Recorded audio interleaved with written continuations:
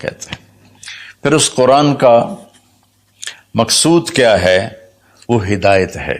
الف لام میم ذالک الکتاب لا ریب فیہ ھدی للمتقین، یہ کتاب کی پہلے اللہ نے ضمانت دی کہ یہ ہر شک و شبہ سے بالا تر کتاب ہے۔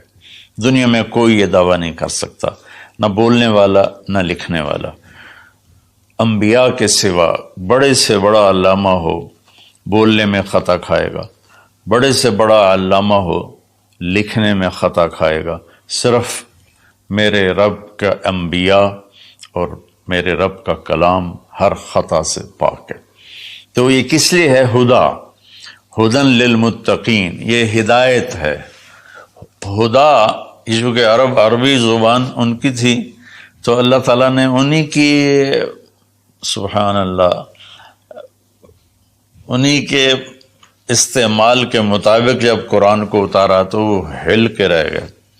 ہدا ویسے تو کہ سیدھا راستہ، لیکن ہدا اس چٹان کو کہتے ہیں جو سمندر میں ابھری ہوئی ہو، پانی سے باہر نکلی ہوئی۔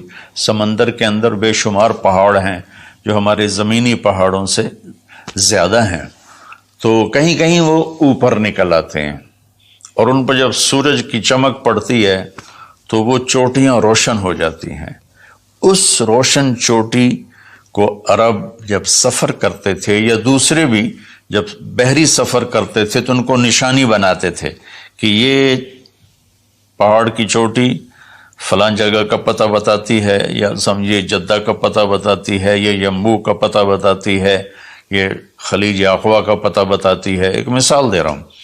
تو ہدا اس پہاڑ کی چوٹی کو کہتے ہیں جس کو دیکھ کر بحری جہاز اپنی سمت اور راستے کو صحیح کرتے تھے اور منزل تک پہنچتے تھے۔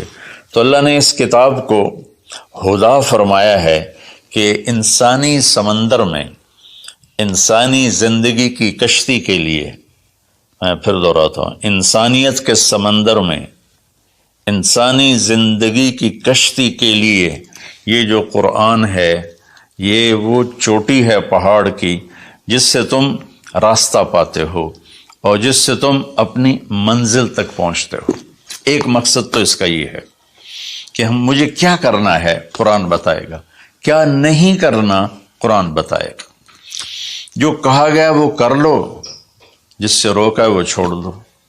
دوسرا، قرآن کا مقصود کیا ہے؟ ھذا بلاغ للناس، یہ پیغام ہے لوگوں کو پہنچانے کے لیے،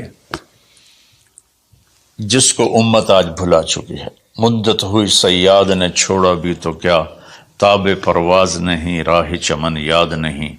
مدت ہوئی، پرندہ پنجرے میں بند تھا، جب شکاری نے اس کو کھولا پنجرے کا دروازہ اور کہا کہ جاؤ آزاد ہو، تو وہ کہتا ہے تاب پرواز نہیں، میں اڑ نہیں سکتا، تم بہت چھوٹی عمر میں مجھے پکڑ کے لائے تھے میرے گھونسلے سے، راہ چمن یاد نہیں، اور مجھے راستہ بھی معلوم نہیں کہ میرا گھونسلہ کس چمن میں تھا، کس درخت پہ تھا، کس شاخ پہ تھا، میں کچھ نہیں کر سکتا۔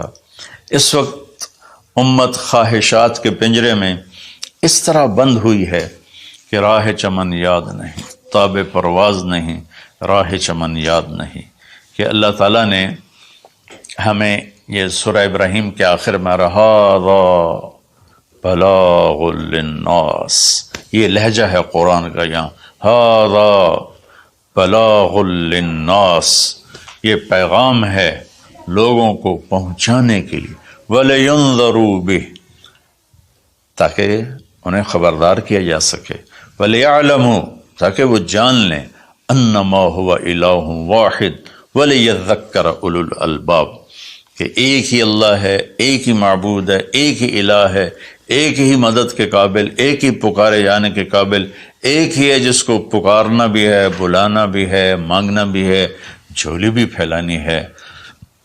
یہ اس کا دوسرا مقصد ہے۔ اس امت کو ایسا نبی ملا جس کے بعد کوئی نبی نہیں آئے گا، کوئی نبی نہیں آئے گا۔ نبی اللہ بھیجتا ہے، خود بخود کو انسان نبوت کا دعویٰ کرے تو اس سے وہ نبی نہیں بنتا ہے۔